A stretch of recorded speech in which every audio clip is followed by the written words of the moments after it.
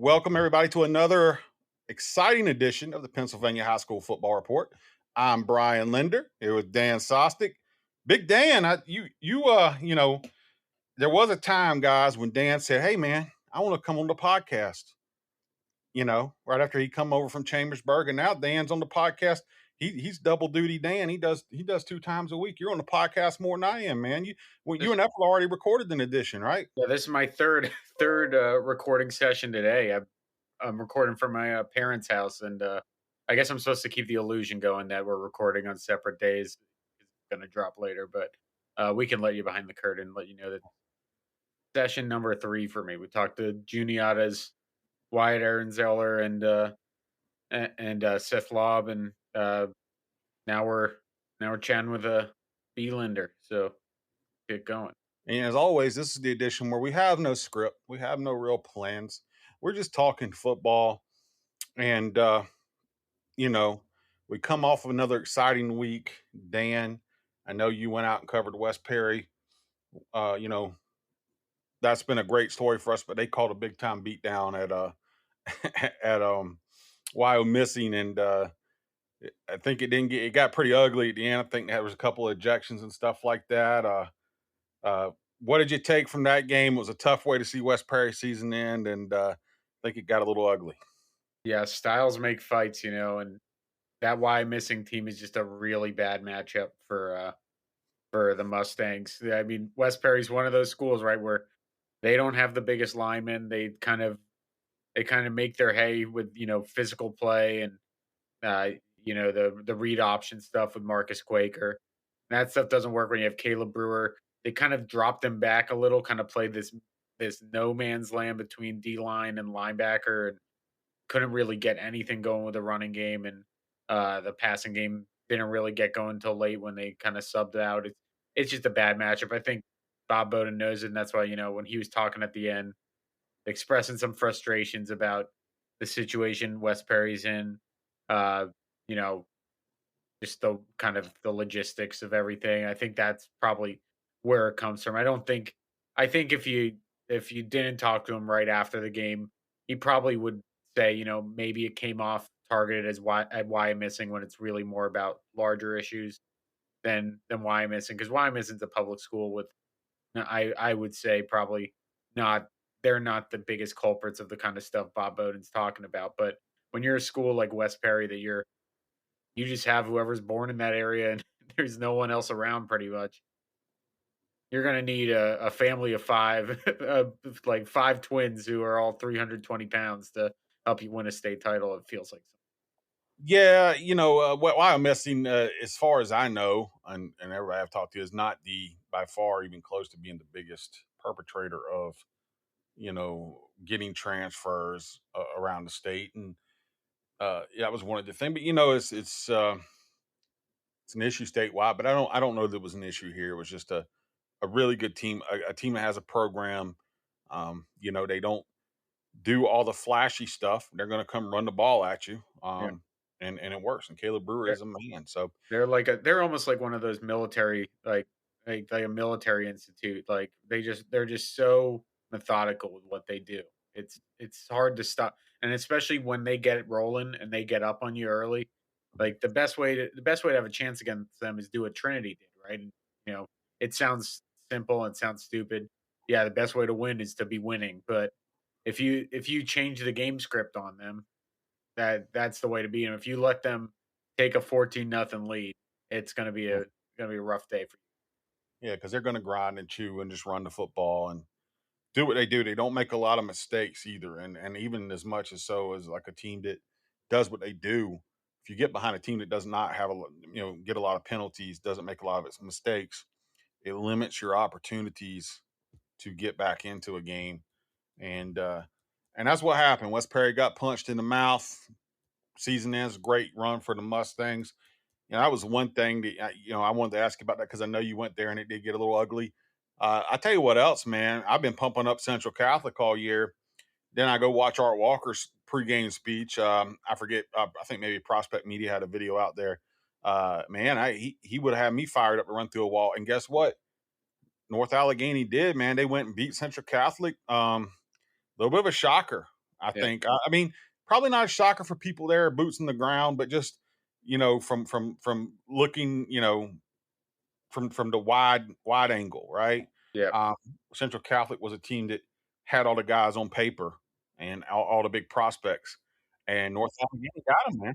yeah. North Allegheny's they're almost like the Cumberland Valley of this area, of kind of like the West, right? Where it's just this huge public school that always has, a decent amount of talent, but they're going against, some other powerhouses to kind of win in different ways, but they're a team that you can never really count out, right? And I thought it was pretty cool. I saw a quote afterwards from Central Catholic quarterback Peyton Weiner, kind of big up in North Allegheny quarterback Kushner. I forget his first name, sorry, but yeah, Logan Kushner, and yeah, basically saying like even after a loss where he just said this kid deserves some D1 recognition as well, which I thought was awesome because I mean you first off, not a lot of kids even want to talk after their state playoff loss or their last loss. And I totally get that. It's a really tough moment, but to not only be willing to talk to the media and kind of big up your opponent and say this kid deserves as many looks as I'm getting, I thought that was a cool moment. And I think Western PA is it's kind of a different football culture there. Not better or worse, but it is a little different over there. I feel like the little, uh, I think like it's just really sort of there. It's sort of just ingrained, sort of everywhere you go there, and that was cool to see. Yeah, Logan's one of those guys, man. We do that weekly kind of player thing with his top performances around the state. He's a guy that's in there a lot as a quarterback, but really a lot for his legs. I don't know if he's a prototypical quarterback, and that's probably what's, if I had to guess, again, it's just speculating here. It's probably what the reason he doesn't have a bunch of those offers right now. But he's a really good athlete, and he's playing at a high level. So I mean, he is a guy that I think is really interesting. Hey, he's going to make me go back and watch his film again. Yeah, Just hearing that from Peyton, because I think Peyton's a guy too who Peyton Weiner, the quarterback out at Central Catholic, who Dan, he's about 6 foot, 185, something like that. But man, he could throw the football, and if he's a little bit bigger, he's another kid that would have, I think, have some good looks, and he'll end up somewhere, I think, and do well. So that was a really interesting matchup, Dan. I thought that was, wow, it's going to throw some. I think it's going to make 6A a little bit more interesting. yeah, We were trying to figure out who might end up facing St. Joe's Prep. We're going to have that this week with Harrisburg and Manheim Township. But sticking real quick, and again, this is totally unscripted. So everything I'm hitting you with, I know I'm catching you on your toes here. He brings up Logan Kushner. Um, you know, looking to get some more college offers. We're recording this on Tuesday, November 21st. That first early signing period day is December the 20th. So we're less than a month out from the early signing period. And I'll say this again, Dan, we got some really good kids across the state, some really good kids in the mid pen that still are not committed, or some of them don't have offers. I know one really interesting one that you and I were texting about last night was Ty Milhouse from Lower Dolphin. He missed a big chunk of the season with a high ankle sprain, but he's got the size. He's what, about 6'1", 6'2", I think. Yeah, 6'2", 190-ish, 200 pounds. he's Can really 210. Like that's, I think that's honestly that size has honestly probably hurt him a little bit because it's just it's kind of a weird dimensions for a running back almost. But he's been really good as a defensive end linebacker hybrid too. And I was talking with Lower Dolphin coach Josh Borelli a little bit, and just about how before this year he was starting to generate some FCS offers after a big junior year, and then ankle injury kind of takes almost all of his senior year away, and you know those colleges don't wait for you, right? They kind of forget about you and not forget about you, but they kind of start looking to other guys while you're sitting on the sidelines, and it's always tough to see that. But I mean, I think just based on his measurables and just his athleticism at that size, he's a guy that I think if these coaches are turning on the tape, they'll see a kid that can help them at that level. Because I mean, we brought it up a couple times on this podcast, but if you go watch that McDevitt tape last year, he doesn't look out of his element at all against a really, really high level high school. Um, yeah, I think it's again. There are a bunch of kids this year that kind of had their senior years not ruined, but they're either coming off injuries and aren't looking quite the same. Got injured midway through the year. Got injured before the year. that are still trying to work through. I mean, Eli Hargrove, I think, picked up another offer this past year. He was a kid that was coming off a bunch of ACL, a bunch of knee stuff. You know, even the Westbury kids like Marcus Quaker and Ian Goodling. We talked to them last week about their college stuff. There's a lot of kids in the mid pen that are still available, still good players. Jeremiah Hargrove is a kid that transferred to Trinity and was not Yeah, able to play his senior year, who we think can play on the college level, but he doesn't have senior film. So we did this podcast 2 weeks ago, and we have a story on PennLive called "Meet the Mid Penn's Top Seniors Who've Yet to Make Their College Football Commitments." Um, and there's a go check that out. It went up on November 7th. I'll reshare that on Twitter at Sports by B Linder. But I mean, Aubrey Carter, the defensive lineman from Susquehanna Township, really who's good really player. good. It's got some nice Division 1 offers, and just guys that not just injuries. There's some guys that balled out, but again, I think we're in the era of the transfer portal and stuff like that. And schools are trying to fill up maybe their rosters now a little differently than they were in the past. So we have some really good guys still sitting out there who can play at some level. Dan, Yeah, I mean, even a guy like I believe Nathan Lusk isn't another one of those kids. I'm pretty sure he's uncommitted. Swiss He Army knife kind of yeah for Cedar Cliff. yeah he's a guy that you could I'm sure you could find a way to. And I thought I was going crazy about this with earlier in the year, and um I think I wasn't. I realized I wasn't. That we also covered a Nathan Lusk on State College High School. Like I couldn't. I thought I was going crazy that we had covered Nathan Lusk before, and he ended up playing briefly at Army. So uh, I really couldn't believe that, but I thought I was going nuts. No, so that's something to look out for. Again, we're about a month out from that, Dan. I'm excited. I'm always get excited about signing day because it's a life changing opportunity for kids and stuff like that. But it's always a fun time for us to cover it and see where these kids end up. So we got that. Even But we got and then there are guys like Bryce Starrett too. I mean, we got some.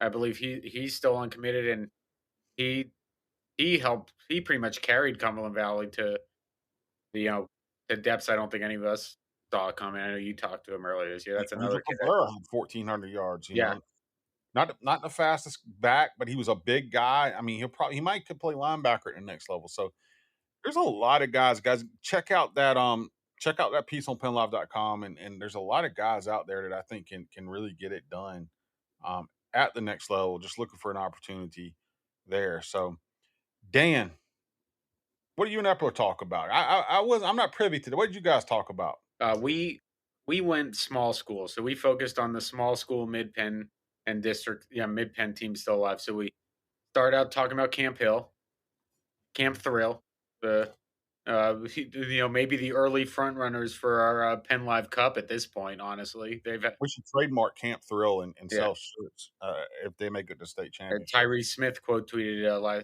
yesterday, Champ Hill, which I thought was pretty too. And then we chatted a bit about Steel High and their exciting game against Lackawanna. So we left the big boys for us to talk about.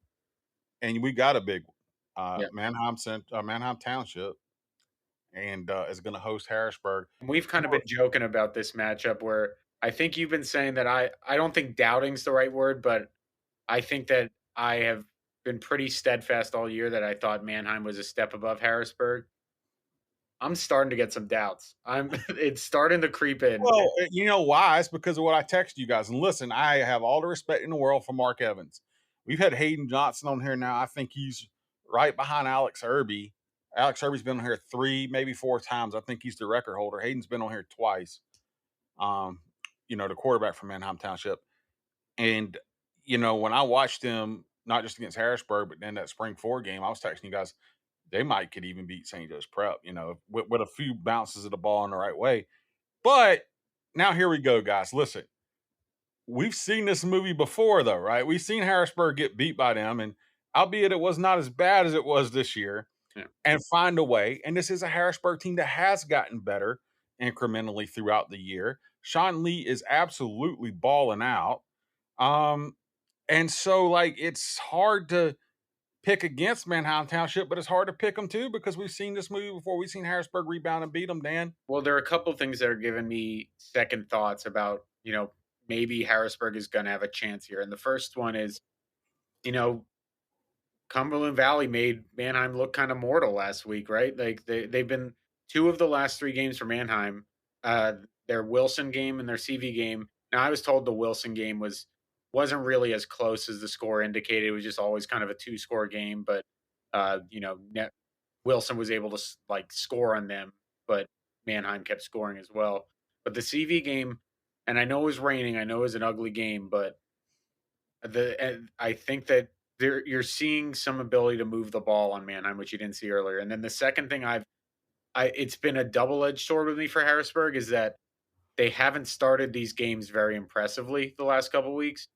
But what I really like about it is that they have rebounded from not starting these games impressively. And the Cedar Crest game kind of was iffy for a couple quarters, and then they pulled away late.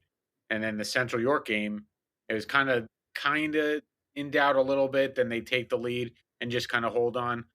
It feels like they're just sort of figuring out ways to ease into football games and like figure out how to get things going, even if things aren't going immediately. And I think that's something that was definitely missing in that Manheim game.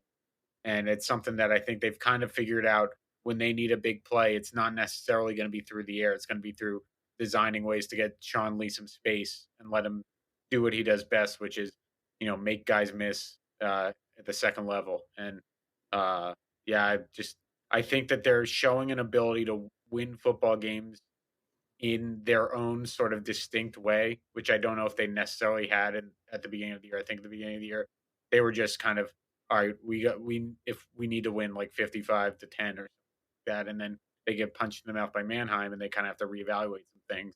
And I think they figured some stuff out, but I'm also not going to doubt Manheim. Because they beat them a lot more soundly in this first matchup this year than they did last year. So it's something you definitely have to keep. Credit Cumberland Valley because look, they started out 1-4. They won six in a row to get to the second round of the playoffs. They were not good across the first 3 or 4 games of the season. Now they played some good teams, but man, you know what? They were pretty darn tough, and they got down pretty good early against Manheim Township. But they really were a scrappy bunch. They gave it their all. They said they were going to, and they did. So credit to them. But Josh Oswalt, Cumberland Valley's coach, talking to him going in, he called Hayden Johnson a 3-step maniac. Said, kid, it's just 3 steps and the ball's out. They got good receivers who catch everything. Um, and that's the matchup. I think they were able to beat Harrisburg a little bit. You covered that first game down the field with Landon Kennel and those guys. Um, Yep. Sean Lee's playing more, I think, in the secondary down the stretch. He's been really good. It was a Probably where he ends up in college, Dan, is safety. Yep, it was a weird game too. Obviously, it was that lightning storm week where they drove all the way down to Lancaster. Game is canceled. They drive back to Harrisburg. Have to wake up at 6 a.m. the next morning. Drive down to Lancaster again. And I believe Elias Koch was also sick in that game. And that's another factor for Harrisburg is it still feels like there's a lot of meat on the bone left with getting the ball to Elias Koch deep. I still feel like we haven't seen that Sean Lee Elias Koch connection at its fullest capabilities yet, and I think that might be a little wrinkle they're saving for later in the season. And this would be the week to uncork that, right? Because we've said it before. You throw that kid the ball 40 yards downfield, I'm putting my money on him coming up with the ball over the D back every day of the week. Sean Lee has been so good on offense, but he's been getting more and more burn in that secondary. And like I said, I think that's where he'll play in college. And you wonder though if that all hasn't been by design in the build up to this. You might see him play a whole lot in the secondary along with Quincy Brannon and hey, you might see Elias Koch back there some too.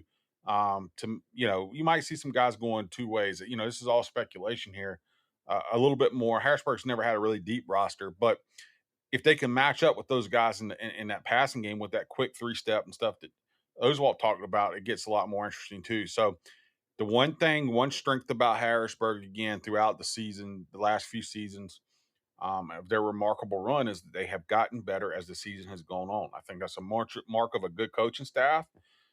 Cal Everett, Troy Koch over there, and Jesse Haar calling the defense. Good job by them. And so I think what do you think? Here's what I think. I think that Harrisburg could win this game. I think Manheim Township could rough them up too. So what does that tell me? I can't wait to watch Saturday. You covered the first one. What are you thinking here? I don't think it's gonna be 35 to whatever, 42, 35-7 or whatever.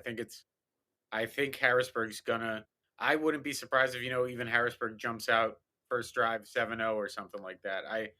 I think that they're gonna be fired up. I think that I think if the one thing about Cal Everett is he's really good at getting these guys rowing in the same direction at this time of the year, and I just have a feeling that it's gonna be a one-score game, and it's gonna be which quarterback is gonna be able to do what they do best on those final couple drives. And I don't know, I still just kind of feel like there's something in the air down in Lancaster. I think this team has been special all year. They've been together a long time, this Yeah. group. Yeah, I think that there's something in the air there. And again, I keep saying about Harrisburg, but it's so easy to forget how young this is. Just so easy because these kids are so experienced. This is just how Harrisburg's program is run, right? You feel like the kids have been there for 4 years, and it's just because Cal Everett just you're the best player. He's throwing you in there to start as a freshman. He doesn't care. So you're going to be a 2 3 year starter. It's going to feel like you've been there for 4 years. It feels like Kevin Brown's a senior. He's a sophomore. He's just like 16 years old, and it feels like he's been one of the best left tackles in the mid pen for like 3 years now. Just I, but it's easy to kind of forget that this group still is learning, how to play at this level. At this level of the season. Luckily, they have Sean Lee kind of leading things, who's as experienced a junior quarterback as you'll find. But I think based on that first result, you just have to lean, Manheim. I picked Harrisburg in the pick 'em, so that's usually the kiss of I death picked here. Harrisburg to cover and Manheim to win, so I hedged. Yeah. It's usually the kiss of death when I pick someone. Hey, we got Bishop McDevitt too, right?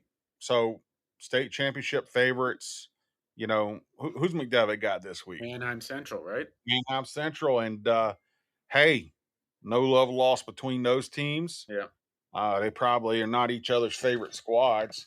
Um, Matchup of really good quarterbacks in Zach Hahn over at Manheim Central, Stone Saunders to Kentucky commit at McDevitt. Good wide receivers too. Rico Scott's going to Alabama, but Aaron Interline at Manheim Central is a big time pass catcher too. Don't What forget do you those think running about? backs. Don't forget those running backs at McDevitt. We've been calling all year for them to get the running game going, and it felt almost like Jeff Wechter kind of wanted to send a message last week and say, "Look, we can run the ball a little bit too." They had two 100-yard rushers in Maurice Barnes and Nas Jones Davis. I've been impressed by Nas Jones Davis all year. It just he usually is only getting like 9, 10 carries a game. They kind of split it up between him and Maurice Barnes. But we've said all year you're gonna have to get at least the level of production Marquise Williams gave you from you're probably not gonna get that from one player, but to combine those guys and get that from them, it's gonna be big because again, we're in Pennsylvania. You can't there are gonna be more nights like last Friday where the weather's not great and you're gonna have to move the ball without throwing it 30 yards downfield. Maybe it means even getting Rico Scott a little more involved in the run game. I'm sure they have those wrinkles that they've saved up. Uh, I expect McDevitt should win this game pretty comfortably, but who knows? Who knows? That other running back is Bryson Arnold from Manheim Central. He won it for over 2,000. He's like a little badger, man. He's like 5'7", 180, Like runs real Dion tough. Lewis. He's got some quickness to him. So, you know, Dan's throwing pit guys in here. So Yeah. Although I view Dion Lewis more as a Patriot. Pretty just don't Google him here lately. good. Yeah. Yeah. Yeah. Dion had an issue. It's all good. He had a good time in Florida, according to some reports. Who hasn't? So, Yeah. well, anyway, Dan, I got the Popeyes turkey thawing out. We talked about it last week. We're coming up on Thanksgiving. I'm gonna cook that thing up with my Cajun seasoning. You don't like cranberry sauce. We checked that off. if you already hit the road for Thanksgiving, you're camping out, ready to eat. Where are you at right now, Dan? I am in Montgomery County, PA, Bluebell, as I Bluebell. formerly Pigeon Town. It used to be called Pigeon. You know, I I drove actually when I came home. I drove right by the Emotep Roman Catholic game at Norristown. So I did you? drove. Come on now, Imhotep came back and got him, man. Yeah, yeah, that was a big one because I think we were texted. Roman Catholic's good, but this is Emotep. Emotep needs to win. I talked to Coach Devin Johnson before the season, and they know people love it when they get there and they don't win. Obviously, they're a charter school, so there's the accusations about how they get players. Just like St. Joe's Prep has the accusations and stuff, and that they get some guys that transfer in and stuff like that. And some people say it's not fair, but look, that's another discussion for another day, and one that the people who pull the strings have had countless times over and over again. We have a good relationship with those guys in Imhotep, and I can tell you, he knows that people have taken some people have taken delight in seeing them get there and fall short, and I know that they are very hungry. Yeah, And that was a really good Roman Catholic team they beat. I would be stunned if this Imhotep team does not win a state title this. yeah. That's why that game is so important, right? It feels like this is the year where things are kind of open up wide for them. And if they had lost to Roman Catholic, that would have been a pretty tough one to swallow, no matter how good that Roman The Catholic. quarterback, the quarterback, Mikhail Davis, is a Army commit, and I think his the way he throws the ball, I think, is greatly improved from last season. I think that opens it up a little bit more with their athletes, makes them a little bit more dangerous on offense. And then they have, Jabri Wallace Coleman at running back and Sire Coleman. Zahir Mathis. I mean, it's just endless. So I'd be stunned if they didn't win it, Dan. So, but you're out Philly way. Yeah. You gonna have a big get together for Thanksgiving? Just grandparents and family. Yeah. Uh, Mhm. picking up my brother from New York from the bus station today, so gonna have Yeah. the full household. So is it turkey and or just turkey and Uh, ham or what are we cooking up here, Dan? turkey, mashed potatoes, Huh? veggies, just a pretty basic. Got some pecan pie cooking in the oven right now. You Yep. you on that pecan pocket? We went over this last week, people. Dan gets a little funny about his desserts. I mean, when it comes to coffee, he'll put any kind of candy bar flavor in it or any kind of candy flavor in his coffee. That is not that But I. This is but slanderous. he gets picky when it comes. Apple pie coffee. Is like welcome. That would actually be Snickerdoodle pretty. coffee. That'd actually You be know, pretty good. Apple pie coffee. That'd be. that's all good, but he gets a little picky about these Thanksgiving. Um, um, Well, I told Ep on our podcast. I'm just an entree guy. I'm always an entree guy over the sides. Just give me a big old entree. Give me a big old turkey leg. I don't care what else you serve with. well, we got a ham, we got a Popeyes turkey here, It's pretty good. we got a pecan pie because look, we're down south. We got the cranberry sauce, Dan, and I'll send you pictures of the But cranberry sauce as I as indulge. long as it's in a can and not homemade like Evan. We got all of that. Then we got football. We got some Black Friday games coming on. Guys, it's a great, great, great, great time of year. It's one of my favorite times of year.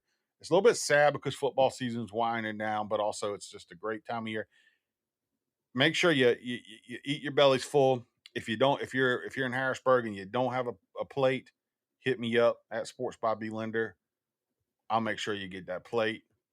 And eat your bellies full. Let's watch some football. We'll hit the Yeah. fields. We're going to come Next back week we'll here. get the Popeyes review. So Yeah, yeah. I'll give you the Popeyes review, but we'll also be able to talk about, we're getting down to the nitty gritty and who's going to maybe win a state championship here, Dan. I think we got a podcast, my man. Hit me up, Sports by B Linder, like I said, on Twitter or X. Um, Dan, tell them where to find you. uh, Dan underscore Sostek on whatever Elon's calling the site this week. So All that's it. right, guys. Until next week, checks out PennLive.com. Happy Thanksgiving.